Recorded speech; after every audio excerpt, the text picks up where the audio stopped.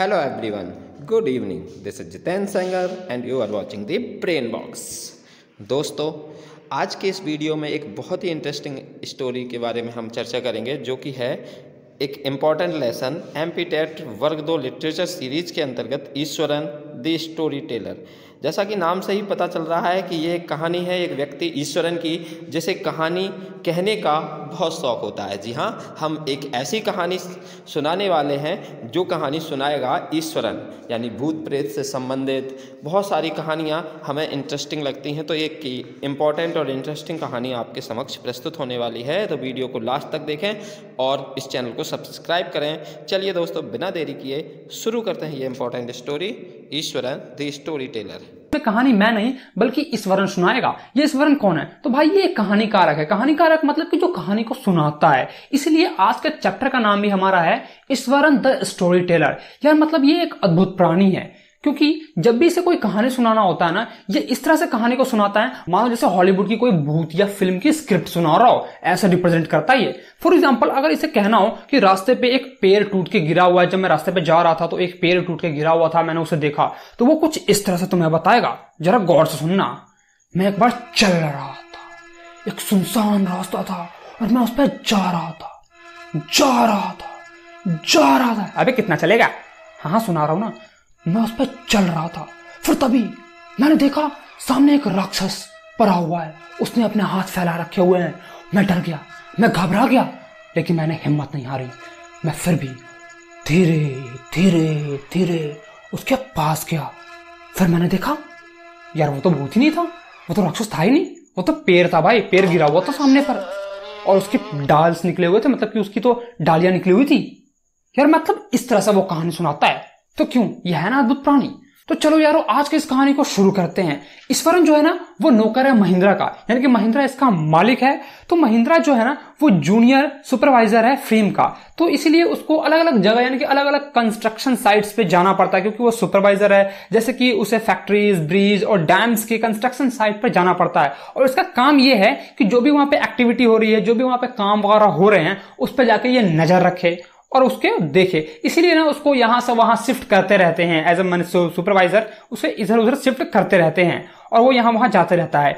और वो जब भी इधर उधर जाता है ना, जब एक जगह से दूसरी जगह शिफ्ट होता है, तो ईश्वरन को जरूर लेके जाता है भाई। तो यार ईश्वरन को ले जाने का ना 2 फायदा है उसे, क्योंकि वो एक बैचलर है। तो जो भी उसके कपड़े वपड़े हो, बिस्तर वगैरह, कच्छे वगैरह जो भी है, वो सारे धो देता है, खाना वाना बना देता है, एकदम पका हुआ के मस्त उसको दे देता है।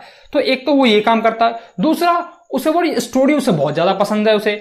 तो ईश्वरन जो स्टोरी सुनाता है ना, वो महिंद्रा को बहुत ही अच्छा लगता है। तो इसलिए भी उसे ऐसे एंजॉयफुल टीवी वी का जरूरत ना पड़े, इसलिए भी उसको लेके जाता है।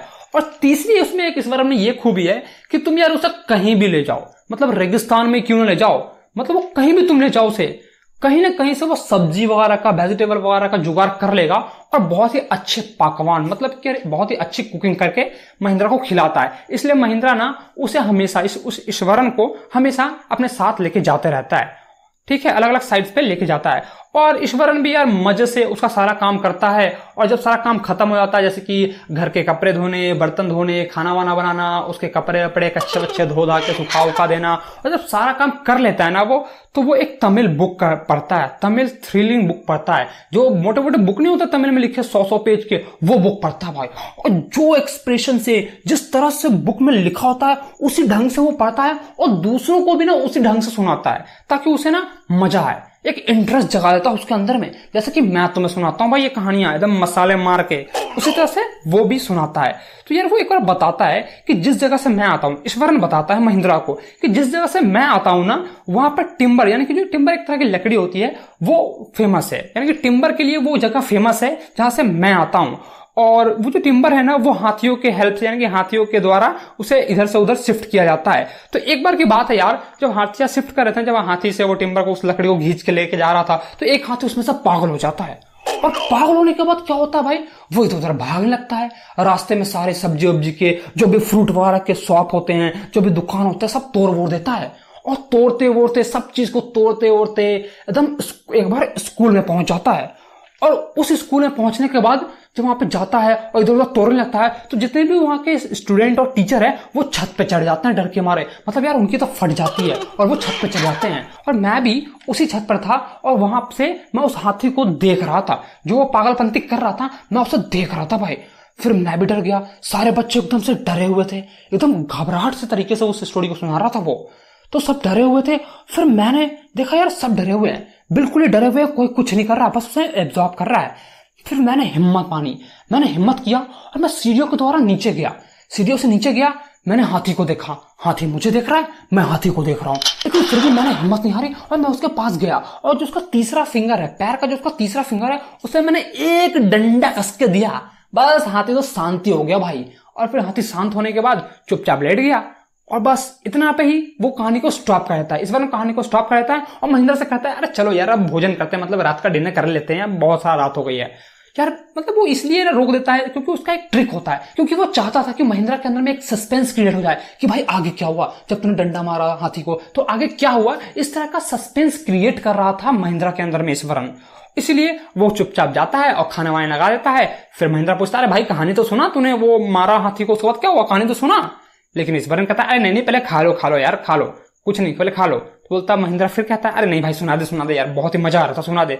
फिर ईश्वरन कहता है अरे कुछ नहीं, बस वो उसके बाद हाथी बेहोश हो गया और फिर जो जानवर के डॉक्टर हैं वो आए और 2-3 दिन बाद उसे जंगल में छोड़ा, बस यही पे कहानी खत्म हो गई। तो यार महेंद्र ने कभी कभी सोचता था यार क्या बेवकूफे वाली कहानी सुना रहा है तो यार, मतलब क्योंकि कोई नहीं जानता था कि जो ईश्वरन ने कहानी सुनाई वो कितनी सच है या फिर कितनी झूठ है, इसमें क्या सच्चाई क्या झूठी है वो कोई नहीं जानता था। इसलिए वो सुना रहा था और महेंद्र भी उसे कुछ नहीं बोलता, वो कहता हाँ भाई चल सुना ले यार, क्योंकि उसे भी मजा आ रहा था। क्योंकि जब भी वो कहानी सुनाता था तो उसे बहुत ही मजा आता था और टीवी वगैरह का तो कोई जरूरत ही नहीं होती थी क्योंकि उसका एंटरटेनमेंट इसी से हो जाता था। फिर ईश्वरन एक बार महेंद्र से कहता है कि तुम जानते हो कि जिस जगह पे हम लोग रह रहे हैं वो पहले कब्रिस्तान था, क्योंकि जब मैं आ रहा था ना मैंने तभी जान गया था कि ये कब्रिस्तान है, क्योंकि मुझे रास्ते में कुछ हड्डियां पड़ी हुई मिली थी। फिर मैंने यार उस दिन तो एक भूत भी देखा जो कि बच्चे को लेके आई थी। भाई मैं तो बहुत से डर गया। ऐसा ईश्वरन सुनाता है महेंद्र को और महेंद्र भाई डर जाता है बिल्कुल। और फिर महेंद्र कहता है अबे चुप बे, क्या सुना रहा है ये फेक स्टोरिया, मत सुना, भूत ऐसा कुछ नहीं होता, मैं नहीं सुन रहा है सब, चल हट, मैं नहीं सुन रहा है सब कहानी वानी, क्या भाई मेरे को मत सुना ये सब कहानियां।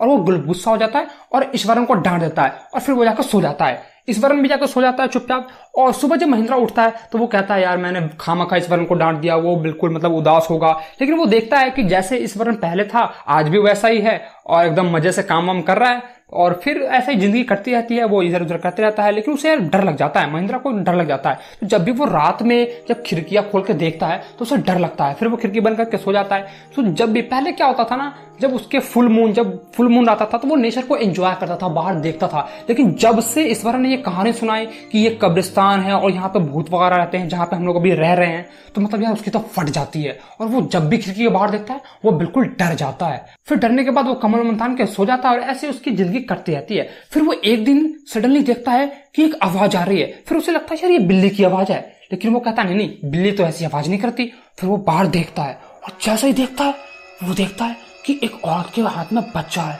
और वो उसकी तरफ आ जा रही है। लेकिन उसे लगता है कि ये एक मेरी इमेजिनरी है, ये मेरे एक सबकॉन्शियस माइंड का बस ऐसे ही मुझे सबकॉन्शियस माइंड दिखा रहा है। वो लगता है नहीं ये एक फेक है, मैं सपना अपना देख रहा हूँ। वो जाके फिर सो जाता है, कहता नहीं ये सच्चाई नहीं है। वो जाकर चुपचाप सो जाता है, डरा हुआ तो रहता है लेकिन जाकर सो जाता है।